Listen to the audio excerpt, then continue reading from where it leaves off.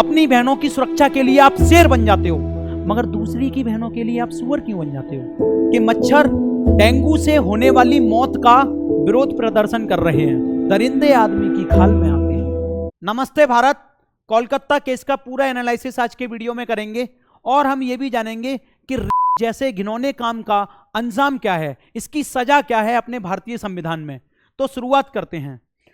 ये हैं कलकत्ता केस में जो घिनौना कार्य हुआ उसकी विक्टिम, जिनका नाम है डॉक्टर मोहिमिता देवनाथ। ये एक मेडिकल कॉलेज जिसका नाम आरजी कर मेडिकल कॉलेज कलकत्ता है, उसमें पीजी की छात्रा थी।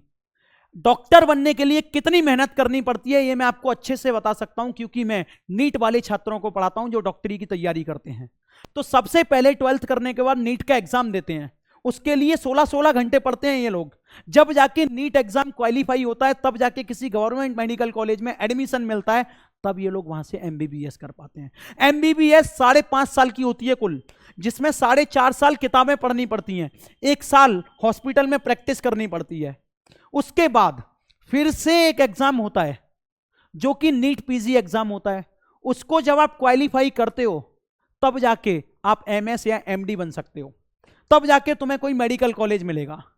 तो करीब करीब 31 साल की डॉक्टर मोहिमिता देवनाथ इतनी मेहनत कर चुकी थी, जब जाके इस आरजी कर मेडिकल कॉलेज में पीजी करने गई थी, इतने सारे एग्जाम क्लियर करने के बाद उन्हें यह सजा मिली।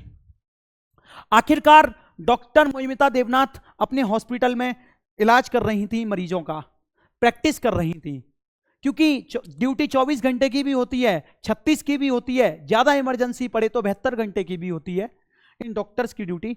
तो ये इलाज करते करते थोड़ी सी थक गई थी। बात है 8 अगस्त की, जब इन्हें थकावट हुई तो अपने दोस्तों के साथ करीब 1:30 बजे ये चली गई। 4 दोस्त थे, 2 तो इनके कलीग थे, एक इनका जूनियर था, एक हाउसिंग स्टाफ मेंबर था। उनके साथ ये डिनर पर गई और थोड़ा माइंड रिलैक्स करने के लिए गई सेमिनार हॉल में, कॉलेज का ही सेमिनार हॉल, जिसमें वो नीरज चोपड़ा का मैच देख रही थी और उन्हें सपोर्ट कर रही थी। अब ये लोग मैच देखते देखते, खाना खाते खाते, बात करते करते सोने लगे। डॉक्टर मोहिमिता यहीं सोने लगी। उन्होंने कहा कि आप लोग चले जाओ, मैं थोड़ा आराम करूंगी और मैं बाद में आऊंगी। तो वो इस बेंच पर बैठ के आराम कर रही थी। उसके बाद एक दरिंदे की एंट्री होती है जिसका नाम है संजय रॉय। ये है वो दरिंदा, ये दारू पी के घूमते भटकते हुए यहाँ आता है और यहाँ इसने देखा कि एक अकेली लड़की लेटी हुई है, बैठ के सो रही है आराम से। तो इसने उसके साथ जो भी घिनौना काम हो सकता था वो सब किया 40 मिनट तक। उसके बाद ये सीधा पुलिस बैरक में चला गया जो कि सॉल्ट लेक के पास थी। अब आप सोचोगे ये पुलिस बैरक में क्यों गया, तो चलिए अब संजय रॉय के बारे में जानते हैं। ये आदमी वॉलेंटियर था कलकत्ता में।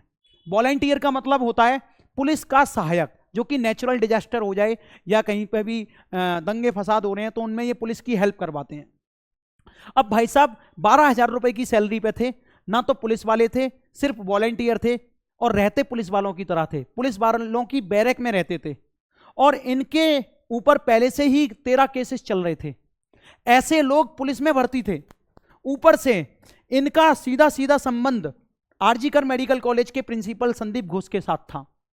अब ये मेडिकल कॉलेज में आते जाते रहते थे। क्या करने आते थे? धंधा करने। कौन सा धंधा करने? जैसे कि कोई मरीज आ रहा है, उसका जल्दी इलाज करवाने के चक्कर में ये उनसे पैसा ठगते थे और उसका कुछ परसेंटेज शेयर बांटते होंगे ऑब्वियसली कहीं ना कहीं, तभी तो ये मेडिकल कॉलेज में अंदर बाहर आ पा रहे थे। ठीक है, तो जैसे ही इन्होंने देखा, क्योंकि यहाँ पे ये भी रेस्ट करने आए थे पीने खाने के बाद, तो यहाँ पे इन्होंने बवाल मचाया। उसके बाद ये सीधे सॉल्ट लेक गए पुलिस बैरक के अंदर। अब सुबह वो सब, ये 4 बजे ये तो निकल गए सुबह, लेकिन जैसे ही एक मेडिकल स्टाफ का मेंबर आता है और वो देखता है कि आखिरकार यहाँ पे एक लाश पड़ी हुई है, उस लाश को देखने के बाद वो सारी जगह शोर मचा देता है कि भैया देखो ये क्या हो गया। सब लोग इकट्ठे हो जाते हैं और उसे देखने के बाद फिर प्रिंसिपल पर कॉल जाता है। ये प्रिंसिपल साहब आते हैं सुबह 7:30 बजे करीब।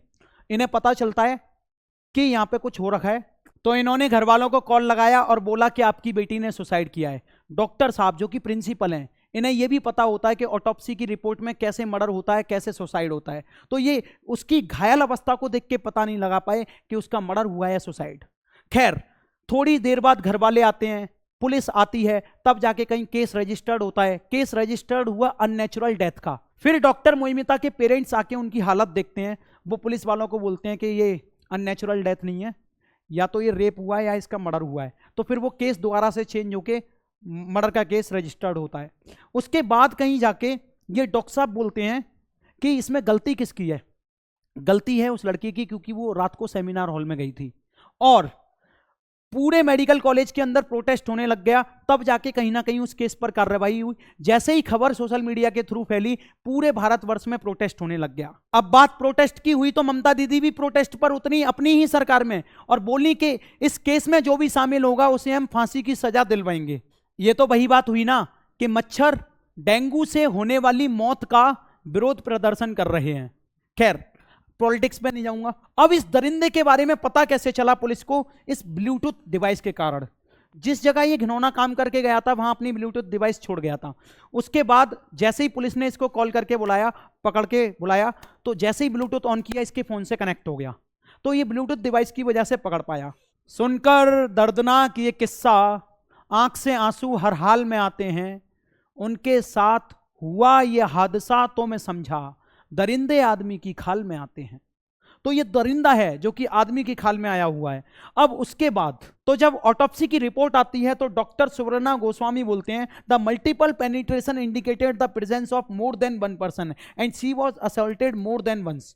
तो इन्होंने बताया कि उस बॉडी पर इतने ज्यादा पेनिट्रेशन हुए हैं, इतना ज्यादा अत्याचार हुआ है, उससे ये लगता है कि ये अकेले आदमी का काम नहीं है। खैर, जैसे जैसे देश के मेडिकल कॉलेजेस में और पूरे देश में प्रोटेस्ट होना चालू हुए, सोशल मीडिया पर ये खबरें फैलना चालू हुई, उसके बाद इस केस को सीबीआई पर सौंप दिया गया और इस केस पर रफ्तार से काम चल रहा है। अब ये देखिए आप, अब चर्चा करेंगे भारत में आखिरकार ये दुष्कर्म इतनी तेजी से क्यों बढ़ रहा है। तो ये है वो डाटा जो कि बताता 2019 में 32,033 रेप केस रजिस्टर्ड थे, 2020 में 23,046 थे। आप देख सकते हो कैसे इंक्रीज हो रहा है। अब यहाँ पे बात की जाए रेप केस की, तो ऐसा डाटा भी आया एक सामने के 95% से ज्यादा लोग घर के या नॉन लोग जो हैं वो शामिल होते हैं इस केसेस में, पड़ोसी लोग शामिल हो जाते हैं। यानी कि ऐसे लोग जो कि नॉन होते हैं, जिन्हें विक्टिम जानते हैं, तो ऐसे केसेस तो रजिस्टर्ड ही नहीं होते। कहने का मतलब यह है, अब लोग कहते हैं कि सर सजा इतनी बढ़िया कर दी जाए, इतनी तगड़ी सजा दी जाए इन मक्कार लोगों को जिससे ये केस हो ही ना। तो देखो प्यारे बच्चों, ये बात तो सही है कि जो ये काम करने जाता है उसे ये तो पता है कि इसकी सजा जो है बहुत बड़ी है, लेकिन ये बिल्कुल कॉन्फिडेंट है कि सजा कितनी भी बड़ी क्यों ना हो लेकिन मैं पकड़ा नहीं जाऊंगा। इस कॉन्फिडेंस के चक्कर में लोग ये काम करते हैं, क्योंकि अपनी पुलिसिंग, अपनी जो अदालत और कानून की व्यवस्था है वो ऐसी है कि ये लोग छूट जाते हैं। अब रही बात सजा की, अब आप कहोगे फांसी की सजा दो, ये दो वो दो, ये एक बात अपने तक ठीक है, वो तो ठीक है। न्याय की व्यवस्था तो जब आएगी ना, जब पहले ये पकड़ जाएं, तो ये लोग बिल्कुल ऐसा रहता है कि मैं पकड़ा ही नहीं जाऊंगा तो सजा कहां से होगी। ठीक है, तो बड़े ध्यान से सुनो, अपने भारत के संविधान में कैसे कैसे इसकी सजा दी जाती है। पहले तो एक पॉक्सो एक्ट आता है, protection of children from sexual offences act 2012। ये एक्ट ऐसा एक्ट है जो कि माइनर लोगों के लिए, यानी कि जो 18 साल से कम के हैं, जो कि नाबालिग हैं, तो एज लिमिट 18 साल से कम होती है। इसका मिनिमम पनिशमेंट 10 साल होता है, यानी कि बच्चों के साथ कोई दुष्कर्म ना हो, इसीलिए इस एक्ट को लाया गया। खैर, ये तो बच्चों के लिए हो गया। अब अपने कानून में कौन सी धारा है जिसकी वजह से ऐसे पापियों को सजा दी जाती है? तो धारा 376 है, जिसमें मुकदमा दर्ज होने पर सजा होती है मिनिमम 7 साल की, मैक्सिमम आजीवन कारावास हो सकता है। धारा 375 में रेप की पूरी परिभाषा लिखी है कि कैसे व्यक्ति को रेप की डेफिनेशन में डाला जाएगा। धारा 376A है, अगर किसी विक्टिम के साथ गलत काम हुआ है, उसको बहुत ज्यादा क्षति पहुंचाई जाती है या उसकी मृत्यु हो जाती है, तो कम से कम 20 वर्ष की सजा होगी या आजीवन कारावास हो सकता है या मृत्यु दंड भी हो सकता है। धारा 376D जो कि सामूहिक बलात्कार के बारे में बताती है, 20 वर्ष और आजीवन कारावास हो सकता है इसमें, जो लोग इसमें शामिल होंगे उनके लिए। तो देखो, मेरे को लगता है कि सजा तो चलो ठीक है, उस पर अपन को बहस नहीं करनी, क्योंकि यहां पे ना मान लो ये आरोपी है, आरोपी के लिए 2 फैक्टर हैं, एक तो हो गई सजा, एस फॉर सजा, एक हो गई पुलिसिंग, यानी कि वो पकड़ पाए। तो देखो, सजा तो चलो जो है सो है, लेकिन वो कॉन्फिडेंट है कि मैं पकड़ ही नहीं पाऊंगा, पुलिसिंग हो गई 0। तो जब पुलिसिंग 0 हो गई तो सजा का मल्टीप्लाई करो तो क्या आएगा? सजा आएगी नहीं, यानी कि आरोपी फरार, वो सेफ घूमेगा। तो इस देश में ना जो पाप किए जा रहे हैं उसकी सजा ही नहीं मिलती, पुलिसिंग ठीक नहीं है, कानून व्यवस्था ठीक नहीं है। अब आप देखो तेलंगाना में एक केस हुआ था, 3 दिन के अंदर आरोपी को सजा मिल गई, पूरे देश ने झूम के तालियां बजाई थी, स्वागत किया था पुलिस का कि चलो देश में अच्छे काम भी होने लग गए। हमें बहस सजा पर नहीं करनी, हो सकता है कि सजा बहुत अच्छी हो जाए, पर ऐसा नहीं है कि इससे काम रुक जाएंगे, ये गलत। ये जल्दी से पकड़े जाएं और इनकी जो भी सजा तय हुई है वो जल्दी से दी जाए। अगर हम चाहते हैं भारत में ऐसे दरिंदे पैदा ही ना हो, तो इस पे सरकार को 2 काम तो करने पड़ेंगे। एक तो पुलिसिंग अच्छी करनी पड़ेगी, एक कानून की व्यवस्था अच्छी करनी पड़ेगी, जिससे ऐसे आरोपियों को तुरंत पकड़ के सजा दी जाए, जो भी सजा निर्धारित है। और दूसरी चीज, हमें खुद पर काम करना चाहिए, क्योंकि 140 करोड़ भारतीय हैं हम, 1/140 करोड़ भारतीय हूं मैं, तो मुझे मेरी जिम्मेदारियां अगर मुझे पता है कि मेरे को किस लड़की के साथ कैसे पेश आना है, किस तरीके से इज्जत से बात करनी है, और हर भारतीय अगर ये बात समझ जाएगा तो पूरा भारत सही से सुधर जाएगा। खैर, अपने बच्चों को आप लोग ये जरूर बताना, अपने भाइयों को आप लोग जरूर ये बात बताना कि हमें लड़कियों की रेस्पेक्ट करनी चाहिए और हमें कभी भी उन्हें बुरी नज़र से नहीं देखना चाहिए। ये बात तय है, जितनी इज्जत करोगे उतना ही खुशहाल देश बनेगा, उतने ही अच्छे आप बनोगे। वो एक बात भी तो है, अपनी बहनों की सुरक्षा के लिए आप शेर बन जाते हो, मगर दूसरी की बहनों के लिए आप सुअर क्यों बन जाते हो? चलिए मैं यहीं पर अपनी बात को अंत करता हूं, फिर से अगली किसी अच्छी वीडियोस में मिलेंगे।